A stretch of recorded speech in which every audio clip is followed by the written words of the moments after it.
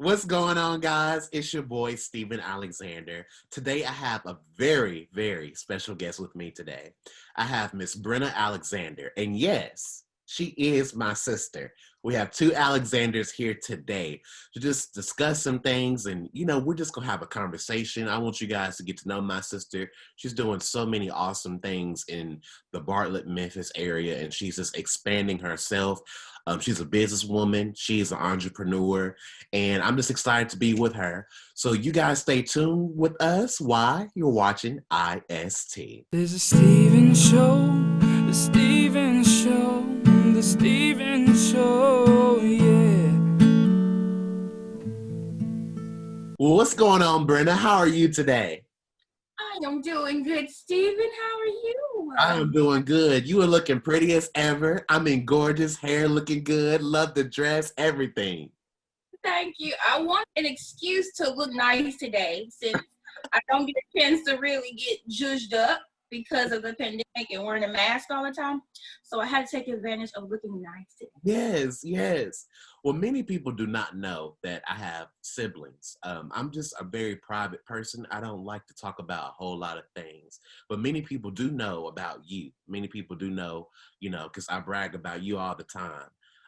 And I just want to take this moment for people just to really get to know you. And I want to ask you, as a young lady now, you've always been this person who's had an entrepreneur mindset and always been a go-getter, someone who just doesn't take no for an answer, and you just go after what you want to go for. So I just want to ask you, how was your childhood?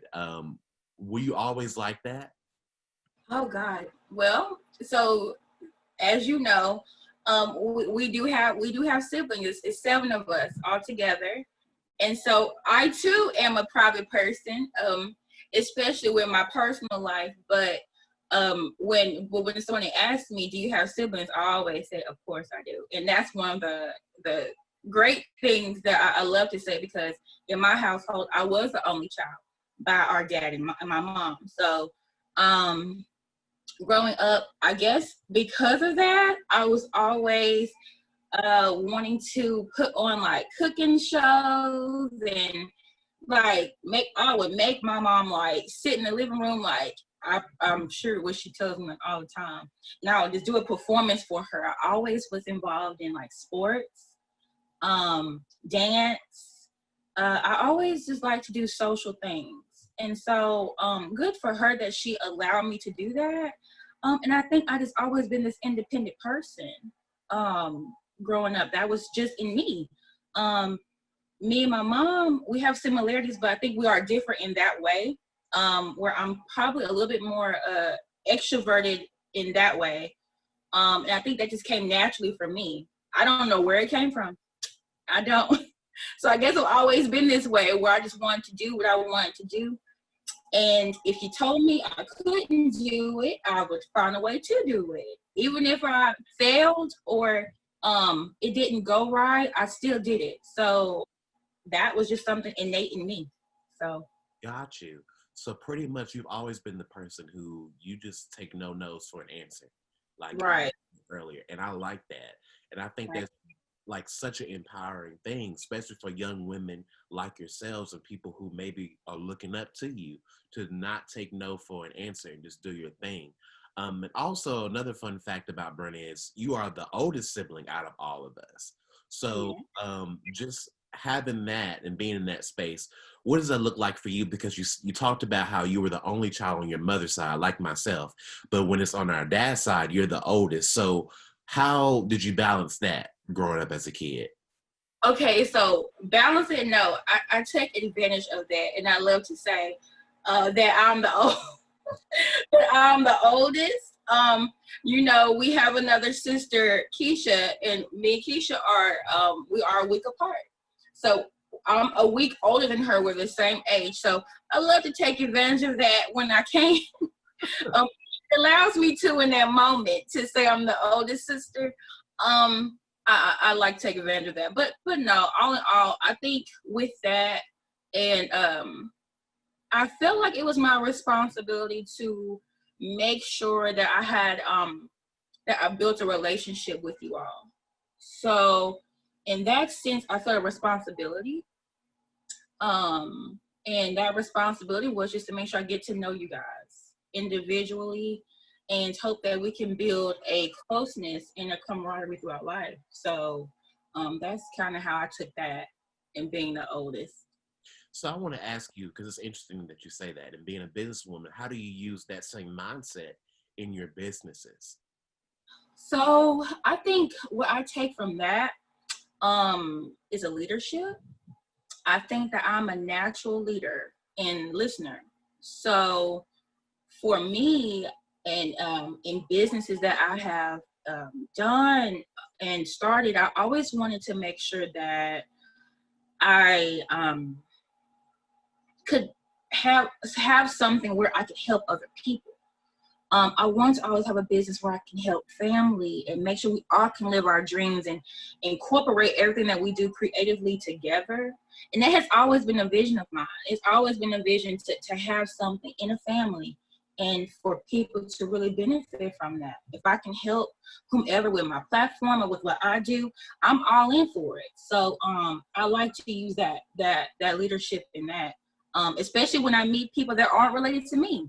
I have a very helpful spirit, so I love to help and give back. And see, I like that too. And one of the things that we talked about, because I saw you, okay, fun fact, I got to see my family this past weekend, and literally it was just such a life-giving experience. I have not been to Bartlett in over 5 years. So it was such a great moment just to see my uncle and my aunt. And I didn't get to see all of my family, but you know, and my other siblings, but it was just great just to be able to see you. And one of the things that we talked about during that time is you have a big heart. And sometimes with having a big heart, it's hard to wear that on your sleeve because people take advantage of that. People will literally take it and run with it. So I want to ask you, how do you deal with that when people, you know, you're a very, I guess, giving person, and you're a very, I guess, likable person where you want everyone to win. You want everyone to succeed. And sometimes you give your assets to those who necessarily do not deserve them. What does that look like for you, and how has that impacted you in a negative and a positive way? Stephen, I said, I don't want to cry. I'll say this. In a negative way, how sometimes, and I'm not perfect by any means, but one of the things I would like to say is I'm a genuine person, and I feel like I really am. So relationships that I have built with people, or you know, throughout life and work relationships or whatever, I'm very genuine in my approach with people. So the negative thing I would say sometimes with being such a giving person, sometimes you can just give, and you expect people to be how you are. And that's a lesson that I've had to learn in a long time. I'm 34 years old, so it took time to learn that. And I'm still learning that sometimes you won't receive what you give. Yeah. So then you have to figure out your reasons for why you do give then, you know.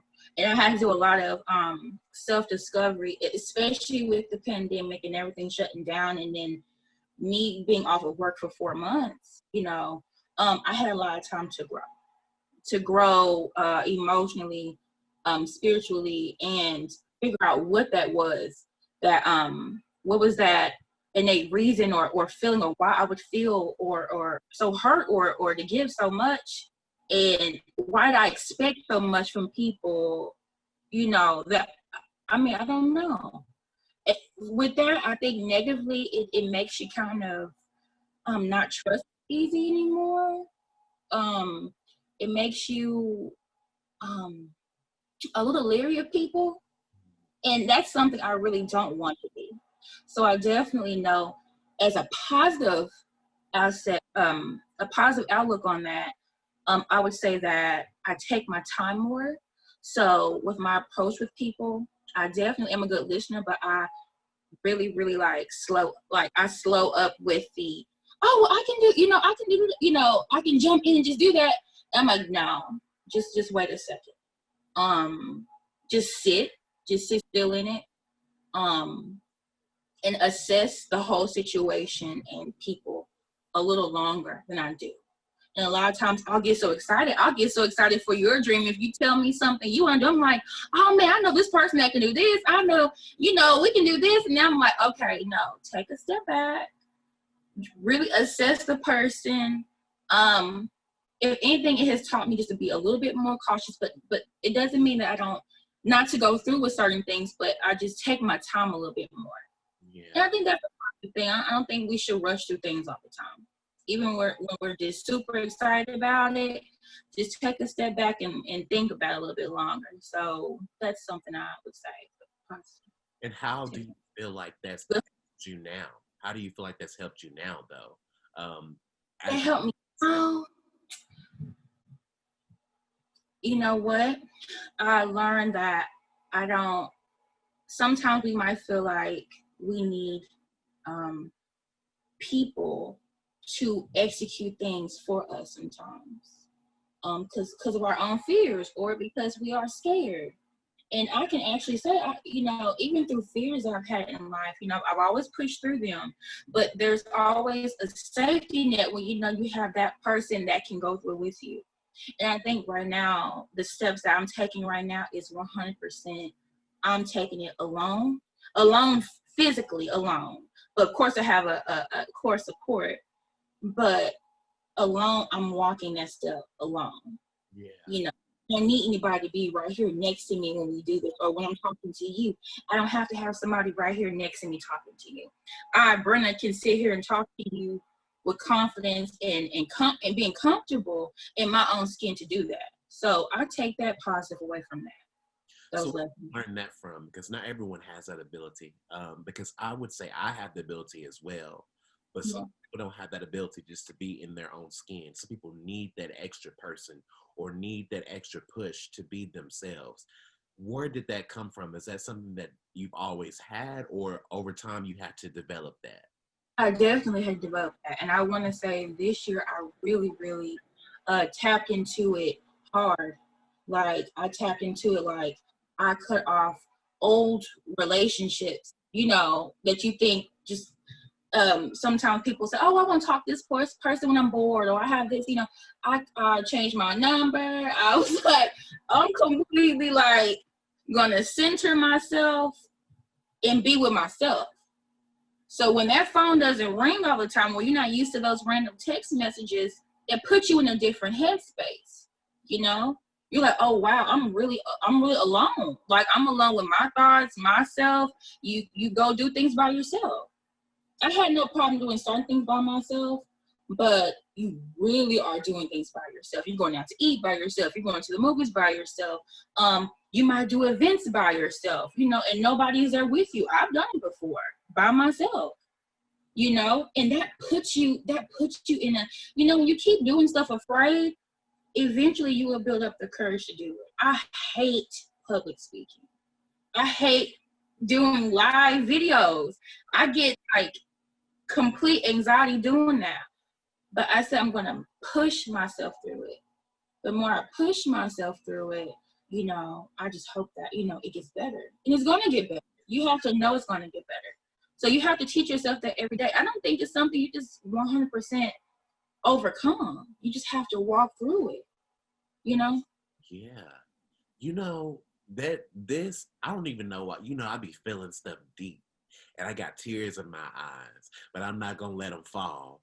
But the thing is, though, that shows the strength that you have as a young lady, as a young woman, because so many people do not have that strength, don't even know how to tap into it. So I think that's a very natural thing that maybe you don't even see within yourself. That's the beauty of you, because that's so deep, that's so impactful and so insightful. Because even when it's hard, you still have to be the bigger person. One thing Uncle Terry talked about this past weekend. Hey, Uncle Terry, if you're watching, I don't know if you watch or not, but hey, what's going on?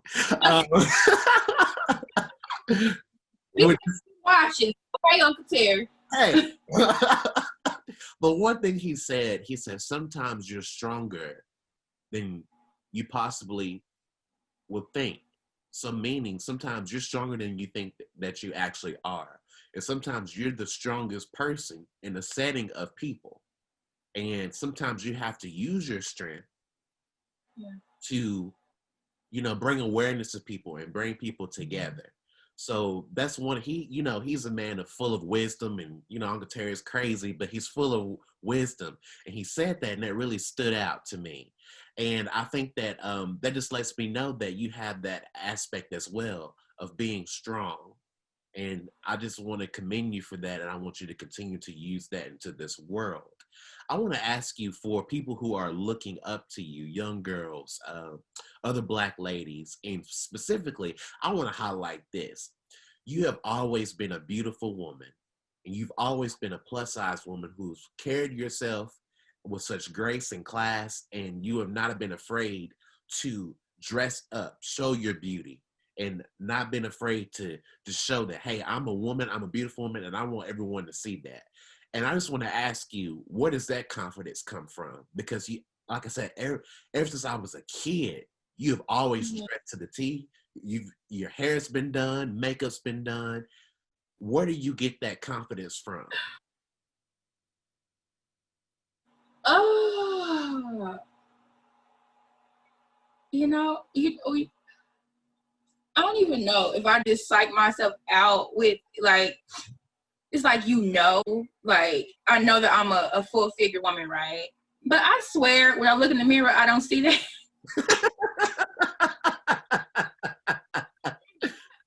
Hey, I have made some wardrobe choices, and sometimes I look back now with my 34-year-old eyes, right? Because when I was like 22, something I probably would have worn, I'm like, why did I wear that? And I see like a picture, and I'm like, why did I do that? I just always, I knew that with size, people look at you different anyway. I've always wanted to be under the radar, and it might not seem that way, but I can never go somewhere and somebody just like, no. I always get looked at all the time. And growing up, and this to start from that, doing sports, I was majorette, I was a cheerleader. I've always been a fluffy girl, always. But I always was the best. I always made sure that I worked hard, that I tried hard. Even if I knew that when I got out there and I did performances or different things like that, I knew people looked at me. But if they look at me, they ain't gonna say that this girl is whack. If I'm gonna be this way, I'm gonna be the best plus size majorette, or the best baseball player, the best volleyball player, basketball. I'm gonna do my best at it. And I think it just comes from I still love me at the end of the day. Whether we go through, hard times or difficult times, I still love me. I love everything about just me. And so I think with that, maybe it shows. I love when I look nice in my clothes. It makes me feel good. I love when I do my hair. It makes me feel good. If you love yourself, you're going to treat yourself good. You know what I'm saying? You won't deal with BS from other people. So I think it was just always something I just had to push in myself, because people are going to look at you anyway. So give them something good, No, seriously, that's the truth. Yeah. You know what? That is so cool that you said all of that, because like what I'm taking away from what you said is you never focus on the fact that you were a fluffy girl or a plus size girl. You just knew who you were. And obviously when you stand in the mirror, you see yourself, but you don't look at those things. And I think that's one of the things that shows true strength and confidence, because it's not about the appearance sometimes. It's about who we are deeper within us. And I think that goes with, we're having race issues now. And I feel like for a lot of us who are Black, we have a hard time understanding to love ourselves because of what society looks like. Or even white people who have a hard time understanding to love themselves because of what society looks like. But I think it's important for all of us to tap into our inner selves and know who we are deep within. Right. Because when you look at everything else, I see I'm Black, I see I'm chocolate, but that doesn't matter because who I am on the inside is so much deeper than that. But like you said, you'll still get those looks. So when you get those looks, I mean, what do you do? How do you react to it? Do you react? Do you not react? You know, I do. I take a deep breath because even now I still don't like for people to just look at me. I just literally take a deep breath and try to pretend they're not there. Do they look at you in a disgusting way or like with judgment? I can't even say it's disgust. I think it's just like, it's just look. And then in your mind, you're like, oh my God, what are they looking at? Are they looking at my thighs? Are they looking at my stomach? Are they looking at my hair?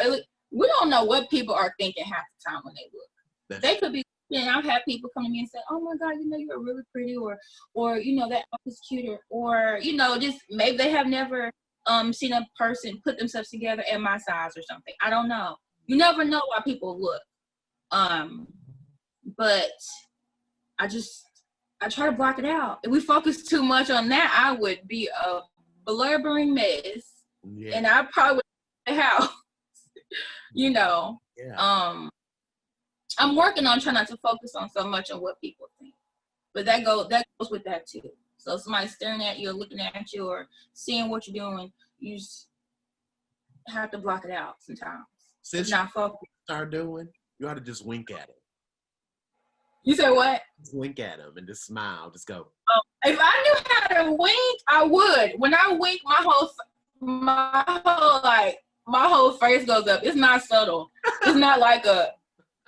I can't do it. It's like that's not cute. Oh my goodness. I want to shift the conversation now. I want to talk about so you're not announcing just yet, but you have this big project in the works that you're working on. I want to ask you, so what inspired you to do this big thing? I wish we could talk about it, but you have to come back to the show and we'll talk about it then. You know, what inspired me was I want to say last year I got a certification, right? And when I was always interested in this, but I was like, what am I going to do with it? I have a cosmetology background, and I've been doing that for about 16 years, right? Licensed. And so, but as me and any other hairdresser or esthetician or makeup artist, whatever, we have a million things we want to do, and I'm not just stopping here. There are a lot of things I want to do, but I think my drive for this is that I see how much this could help people. And when I see how it has helped people that I have worked with personally, man, that gave me like a trigger, like, man, I need like something like this. I'm thinking about long-term, my future. I don't want to stand behind the chair the rest of my life. Standing behind the chair for as long as I have neglected myself. And if you are in the same industry, a lot of times we'll go all day and we won't eat. We'll go all day. We have back pains and all types of stuff. Carpal tunnel develops, all these different things. And you just have to think about your health, your well-being. And that was like, you know what? Yeah, I got to do something with that. And the more and more I researched, the more and more I got into it, I loved it. And I really did. I said, this has to be the next phase of my life. It has to be. I like that a lot. And I just want to ask you too, what is your vision? What does your vision look like? Because obviously you talked about a vision board and people making that. So why is that important for the viewers watching to make a vision board and vision cast? I'm going to give you an example. I did a vision board for my family February of this year. So right before, like, everything just went, crazy with Corona, right? And some were like, I want to say we all have never done one. We've all never done one. I've never done one, but I've always saw things, but I've never done one, right? Mm-hmm. It's so important to put what you got up here on something. If you don't see it, I think it was hard even for some of my family members to really, they're really thinking, like, what is it that I want? Short-term goal, long-term goal, long-term goal. My cousin Nastasha, and if you're watching Nastasha, hello. My Nastasha just finished a 10K, right? So she did a 5K first. At our vision board, and she mentioned this on her Instagram page too. At the vision board that we did, she mentioned she did 5K and how she went through a 10K. She just did one. I want to say she did last weekend. She just did it. And I'm just saying, when you put something down on paper, you're more apt to follow through with it. Everything that I put in my vision board is so crazy. I put on there that I needed more rest. Make sure I eat. Eat. I never got rest. I still get up. I still don't sleep throughout the night. I don't get a full, maybe 10 hours or 8 hours, but I rest a lot more than I have done. I take more time to myself. Those are one of the things that I wanted to make sure I had in my vision board. Things that are in my vision board, they're coming to light, without me even thinking about it. And I think it's important for everyone to do one. Do several vision boards. Do a vision board for maybe a career path. Do a vision board for just a personal development. Do a vision board for whatever you want to do one for. But make sure wherever you have up here, put it on paper. Write it down. I have 10, 12 journals. And when I get an idea, I'm writing all the time. I have so much stuff up here. My head's big enough. I got enough information. I'm like, I got it right down. I'm going to tell you, you'll go crazy if you don't. You'll be in your thoughts too much. You have to get it out. You do. I love that. That is so inspirational.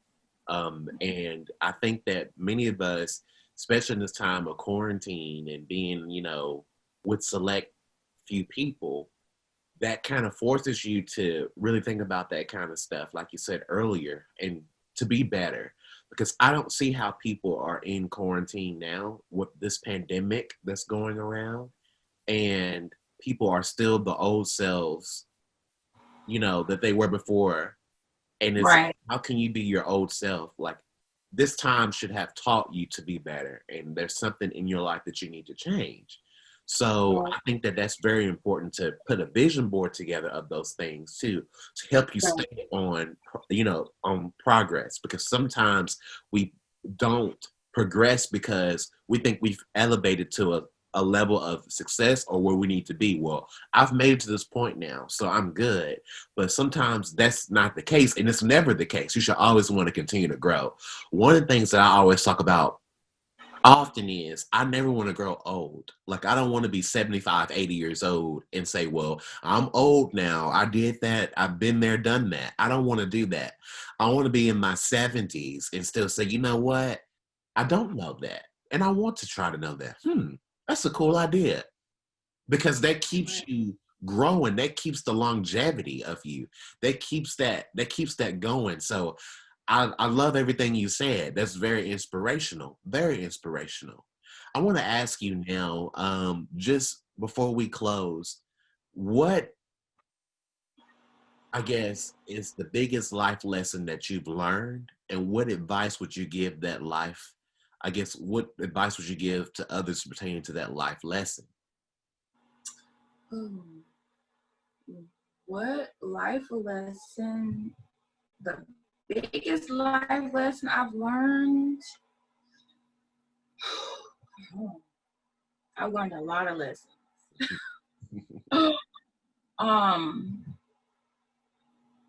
The biggest one I will say is don't ever give anyone 100% everything that you have without them giving you, man, at least 100% of what they got. Don't be so quick to give an interview of yourself to people, whether that's relationships, friendships. You don't have to market yourself to someone to show them how great you are. I think people see, and before people approach, they watch. And so people know if they want to be in your inner realm or not. And so I would tell someone out there who probably feels like they just want to be liked or want to be accepted. You don't have to interview the people how great you are. Just be great. Just be great, living your truth. Man, go for your goals, and people will come. God would send the right people in your core that should be there. Don't ever look for it. Learn how to be confident with yourself. Learn how to be alone with yourself, and the right people will come. That's what I would give. And I would give that advice to my younger self too. That is so deep. So deep. And what would you say? It's a deep life we're living. Mm-hmm. It is. It is. Yeah. And what would you say to those who have done so, but are afraid that they are going to lose the people that they have given themselves all to? I've been on both ends of that. So then I would say lose them. Let them go. Not easy. It's easier said than done. But you will feel so much better to not have to beg for someone to be in your life. Let them go. That gives you time to focus on you. And then you'll realize literally how much more peace, how much more you get accomplished when bad relationship in all kinds of relationships, when bad situations or whatever remove themselves from your life. So I definitely would say for a person who is fearful of that, it's nothing to be afraid of. It's not the end of the world. And there's something better if you let that go. There's always something better. Well, you know what? Thank you so much for sharing that. That was very deep. That was very insightful. And I hope that the viewers watching today received just a little bit of something that you said. Most importantly, thank you. Continue to do your thing. Continue to be that ray of sunshine, because I see you going really far, farther than you possibly can imagine. And not to brag, you know, that's an Alexander thing, but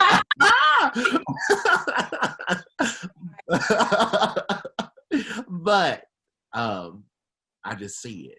So continue to do that and continue to be yourself. And I want to encourage you just to stay strong. So guys, thank you so much for tuning in today.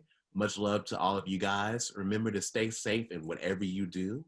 And remember to be mindful of others. It's not always about you. Think of others sometimes. And take care until next time. Much love.